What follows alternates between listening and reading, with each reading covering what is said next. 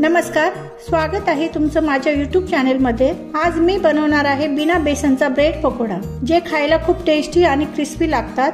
तुम्ही खूप वेळा ब्रेड पकोडा खाल्ला असेल, पण मी जो ब्रेड पकोडा बनवून दाखवणार आहे त्याच्यात बेसन वापरणार नाहीये। चला तर मग रेसिपीला सुरुवात करू।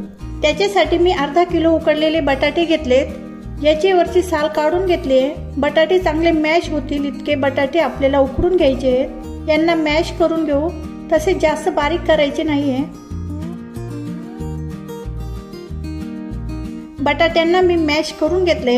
आता याचे चवीनुसार मीठ टाकून घेऊ। 2 बारीक कापलेली हिरवी मिरची, अर्धा चमचा जिरे पावडर, 1 चमचा लाल मिरची।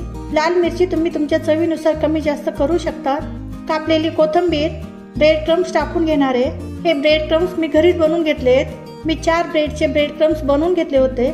बाइंडिंग साठी अर्धा कप कॉर्न फ्लोअर टाकून घ्यायचे। आता हे सगळं साहित्य आपण चांगलं मिक्स करून घेऊ।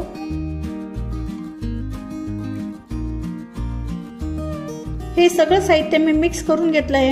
आता याला वरून तेल लावून घ्यायचंय। अशा प्रकारे मी तेल लावून घेतलंय। आता या मिश्रणाचा गोळा घ्यायचा आहे। पोळपाटला तेल लावून घ्यायचंय।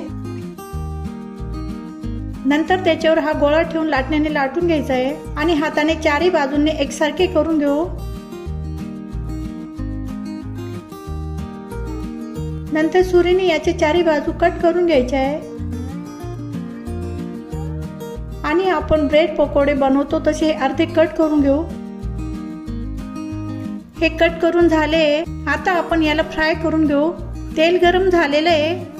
गॅसची फ्लेम मीडियम वर करायची आहे। जे ब्रेड पकोडे बनवून घेतले होते ते तेलात टाकून तळून घेऊ। तुम्हाला जेवढे तळायचे असतील तेवढे तळू शकतात। तसेच हे एका बाजूने थोडेसे तळून घ्यायचे। नंतर हे पलटी करून घेऊ आणि दोन्ही बाजूंनी चांगले गोल्डन ब्राऊन होईपर्यंत तळून घ्यायचे।